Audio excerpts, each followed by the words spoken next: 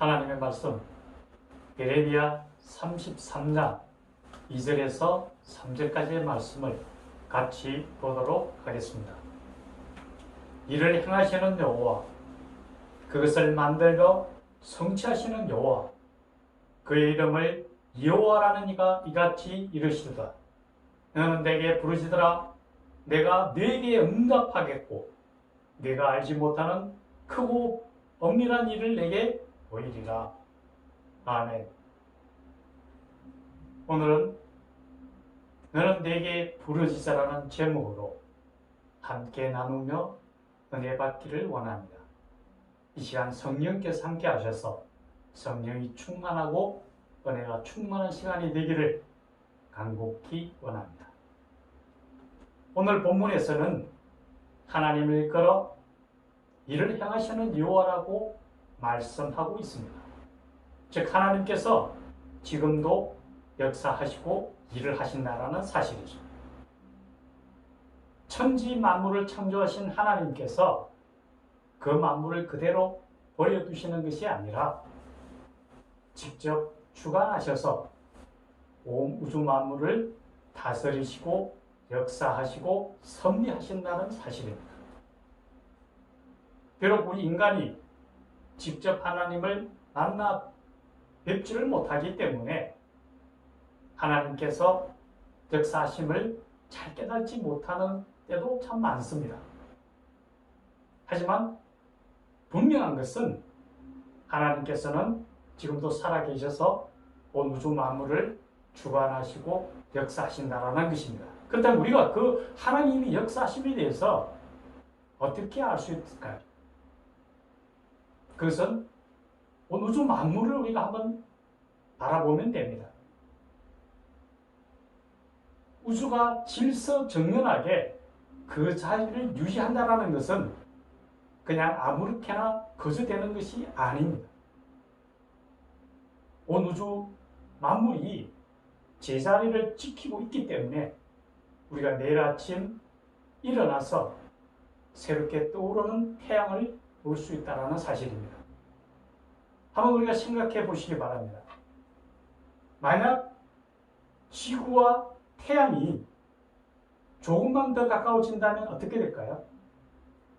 아마 지구에 있는 모든 것들은 불살라 없어질 겁니다. 또 지구가 태양과 조금만 멀어진다면 지구는 얼음으로 뒤덮여서 어떤 생명체도 존재하기가 힘들어질 것입니다. 또 매일 매 순간 이 지구 주위를 지나가는 수많은 해성과 소행성과 유성들이 있습니다. 이것들이 만약에 조금만 더 지구에 가까이 다가와서 지구와 충돌한다면 엄청난 재앙을 이루게 될 것입니다. 우리가 잘 아는 바처럼 6,600만 년 전에 유카탄 반도에 떨어졌던 조그마한 소행성, 지름이 약 10km 정도가 조금 넘는 그런 소행성 충돌로 인하여 그 당시에 번성하던 공룡들이 다 멸종되어 버렸죠.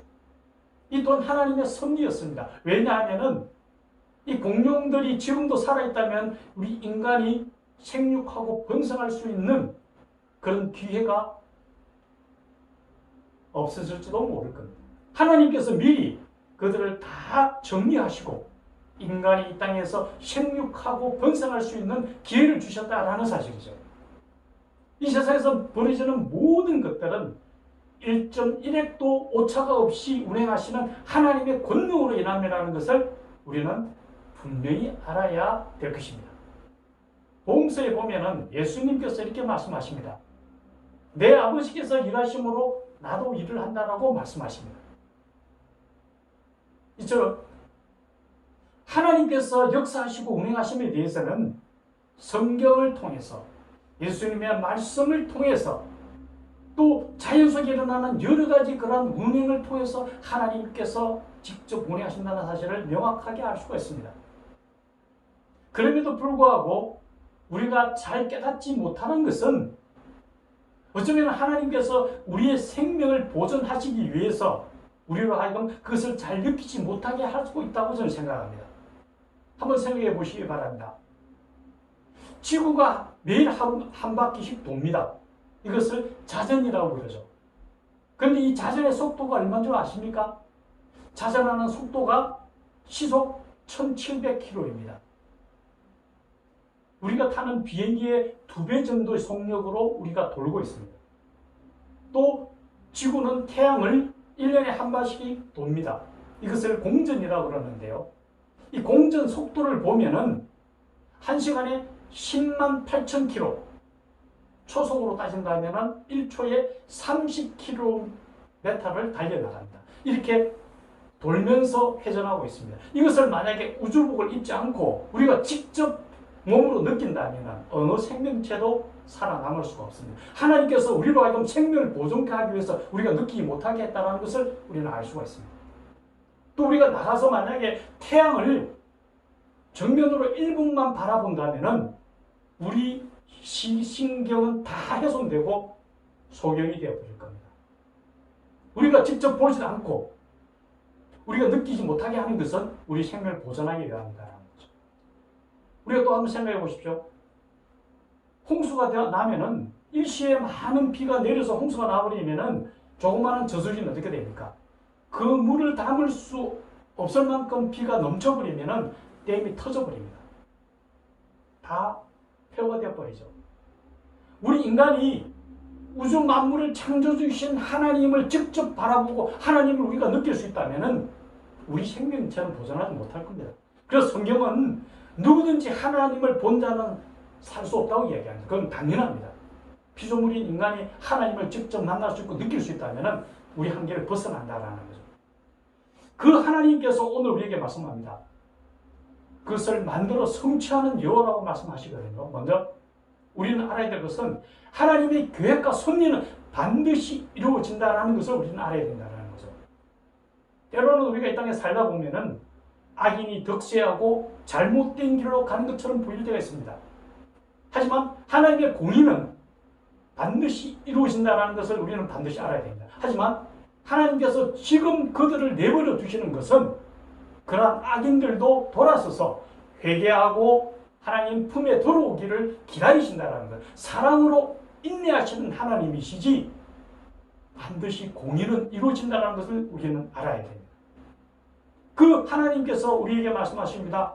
너는 내게 부르짖으라고 말씀하시거든요. 그냥 구하라가 아닙니다. 부르짖으라고 얘기합니다. 마음을 다하고 뜻을 다하고 힘을 다하여 주님 앞에 나오라는 거죠. 복음서에 보면은 중풍병자 걸린 한 사람을 예수님 앞에 데려오기 위해서 사람들이 침상을 들고 왔습니다. 그런데 예수님 주위에 너무 많은 사람들이 둘러싸여 있어서 예수님 앞에 데려갈 수가 없습니다. 그래서 그들은 지붕을 뚫고 그 침상을 아래로 내려놓습니다. 그 모습을 본 예수님께서 크게 칭찬하시면서 그 사람을 낫게 해주셨습니다. 바로 이것처럼 할 수 있는 모든 것을 다해서 하나님 앞에 나와야 된다는 걸 이야기합니다.